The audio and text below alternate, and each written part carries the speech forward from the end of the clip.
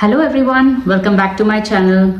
Most of the times I get this question asking about the standard of living here in Mexico or how much salary is needed to live here in Mexico. Well, I have already done a video speaking about the rent and other expenses here in Querétaro. I will post the link here also in the description so you can watch that video. But I still get questions asking me how much salary is needed, how much tax is deducted for the salary that we get here in Mexico. Well, to be honest, I would have no idea about the tax. For that, you will have to discuss with your company HR. I cannot help you in that. But I can give you an approximate idea as to how much salary might be needed to live here in Mexico. Alright, so without wasting any time, let's get into the video.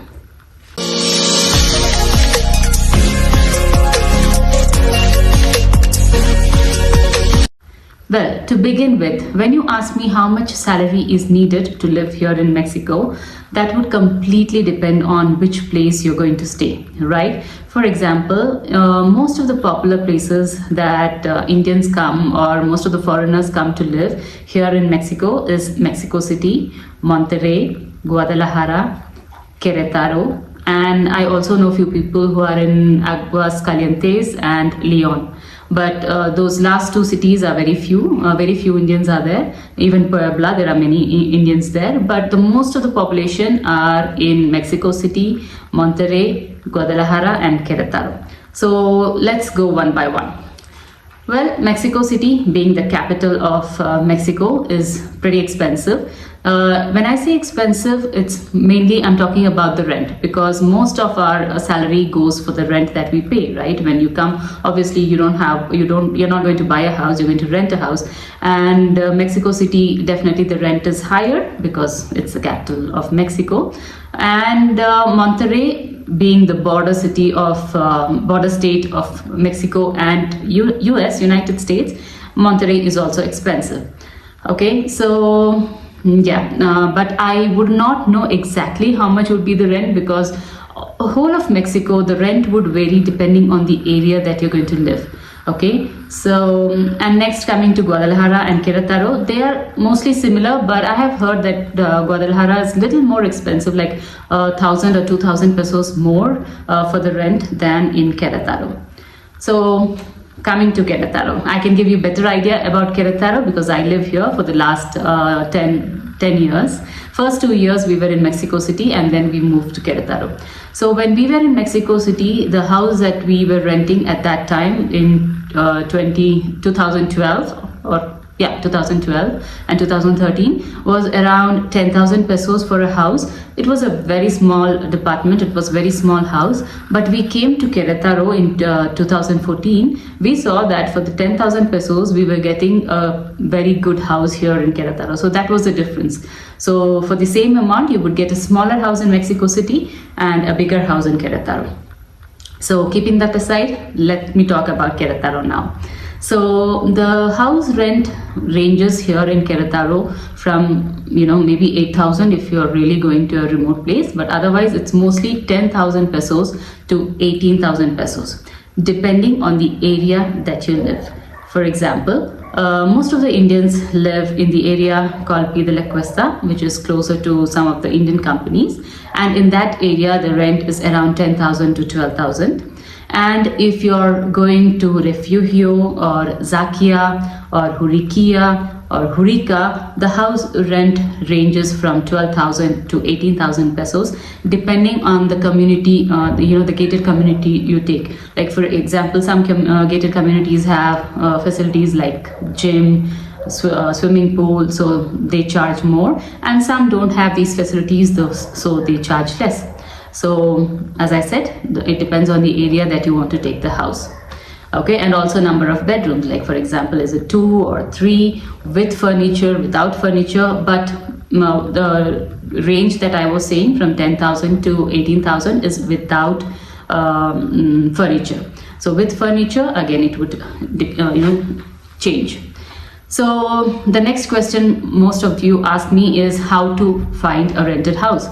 Well, There are two ways that you can find a rented house. One is going through a real estate agent. There are many people who do that here in Mexico.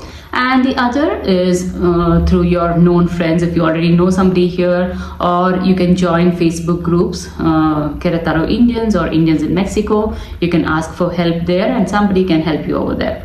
So these are the two ways that you can go. Or if you're already here in Mexico, you can just go around the places, and most of the houses will have, rented houses will have the number, so you can just look at it and you can call them, and but only thing is you need a Mexican friend for that, because if you don't know Spanish, it would be difficult for you to communicate with the house owner.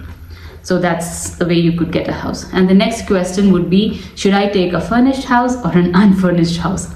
Now again, that depends on you. If you're here for a short term and you don't want to buy furniture, then go for a rented house. Go for a furnished house. But if you're going to stay here for a long time and it's better for you to buy things, then I would say go to Walmart or some other small places and get basic minimum furniture for your house. And after once you're going back, you can sell that to your fellow Indians or in Facebook Marketplace. Okay, so that's how you get the houses, and that's the first part. Now, this renting of the house also depends on whether you are single or married or with kids. For example, if you're single, you can definitely share a house with some other people, with Mexicans or with Indians, because there are people who want to share the house and share the rent. So that way you're saving a lot of money. So 10,000 pesos would not be your rent. You can divide it by number of people you have in that house, and that way you can do some savings. As long as the owner of the house knows about it and he's okay with it, you can always share the house like how we do in India. Now, let's come to the next expenses. The other expenses are, the electricity, gas that you need for the boiler, for the house cooking, and the other would be for the water. So these are the three major bills that you will have to pay, and that again, it will be mostly within 1,000 pesos or maybe 1,200, depending on how your usage would be. Now, next would be your entertainment. That completely depends on your lifestyle. Like for example, if you are single and you like to party, you like to go to pubs, you like to drink on weekends with friends, so obviously your expenses would be more. But if you are someone who doesn't do all that, then you are going to make some savings. The same comes to other entertainment. Like if you are someone who likes to travel, even if you have family, if you like to travel, obviously you're going to spend some money on that. And movies, going to restaurants. See, all these I have already told you how much would be in my previous video, so you can just go check that video. The next major expense would be on your eating habits. For example, if you're someone who doesn't mind eating local Mexican food, you don't want to spend much on Indian groceries, you don't really enjoy Indian food, or you don't mind eating local Mexican food, then maybe I'm sure you would make some savings. But if you're someone who's very particular about Indian cooking, Indian food, then obviously you will have to shop in Indian grocery store, and Indian groceries are definitely more expensive than the local things, because they are being imported and obviously they are expensive. So just keep that expenditure in mind. You will definitely have that expenditure. And if you're in a family, then of course, apart from the Indian groceries, you will also be spending on local markets like the Costco or Sam's Club and other supermarkets. The other expenditure would be shopping. Let's again divide into groceries and clothes. As I said, if you are someone who's very particular about Indian groceries, then you will be spending on Indian grocery stores. Apart from that, of course, we need other things which we have to buy from the local supermarkets, right? So those supermarkets also, your expenditure would depend on what kind of supermarket you're going for. For example, Walmart, Soriana, all these supermarkets are less expensive than H-E-B, Fresco and Superama, which is now Walmart Express. So these three are a little more expensive than Soriana or Mega or Walmart. So yes, you'll have to see where you're shopping. Now, coming to hospitals. Of course, during our stay here, we will be sick, we will have cold, fever, or God forbid, any other problem. So for that, again, we have two kinds of things where you can go. For example, there are most of the pharmacies here, they will have their duty doctors, sometimes in the morning, sometimes in the evening. You'll have to check the timings. So if you're not very particular and you're okay to take normal medicines, then you could go to these doctors for basic cold, fever and other things. But if you're very particular about the doctors, then you would be going to hospitals like Star Medica, Moscati or Angeles. So these are some of the big hospitals, and obviously the consultation is higher in such hospitals. The consultation in a pharmacy with a local doctor would be like, with a duty doctor, would be around 50 to maybe 200 pesos maximum. But with a doctor in these big hospitals, the consultation can be anywhere between 500 to 1000 pesos.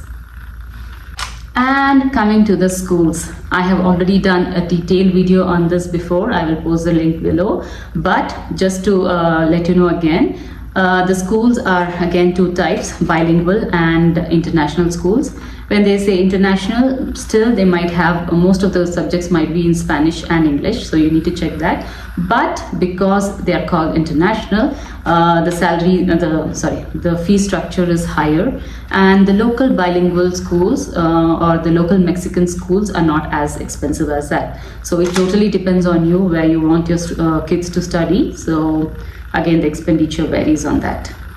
So these things would be your major expenses when you come to Mexico. Most of the companies, if they are sending here through a project, or you're coming here through a company, then they would be covering your insurance, and if you have kids, maybe your kids' education as well. So you need to check that. If these two major things are covered, because the major expenses is the school here, because schools are expensive. So if that is covered by your company, then the salary, I think it would be from 30,000 to 50,000 pesos is more than enough if you are a family, like with 1 or 2 kids, depending on what they're studying.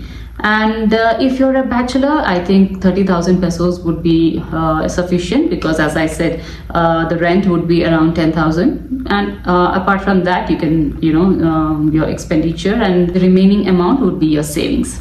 So that's why I say that 30,000 to 50,000 pesos is a good amount for a bachelor or a family with 1 or 2 kids, because that's a good amount for you, with or without savings, depending on your lifestyle or depending on how you're going to live here in Mexico. So that completely depends on you, and I cannot say how much you would be savings. As I said, it all depends on your lifestyle. So I hope this video was useful to you, and I hope I answered your questions. And as I said, I will leave the links of other videos, so you can check those videos as well along with this. Meanwhile, if you have any questions, leave that in the comment box and I would be glad to answer. Also, let me know if you are watching this video from any other Mexico state apart from the ones that I mentioned, which is Monterrey, Mexico City, Querétaro, Guadalajara, Aguascalientes and Leon. Let me know if you're in any other state apart from these, so we would know that there are Indians in other states too. And don't forget to like, share and subscribe to my channel. I'll see you in the next one. Until then, take care. Bye.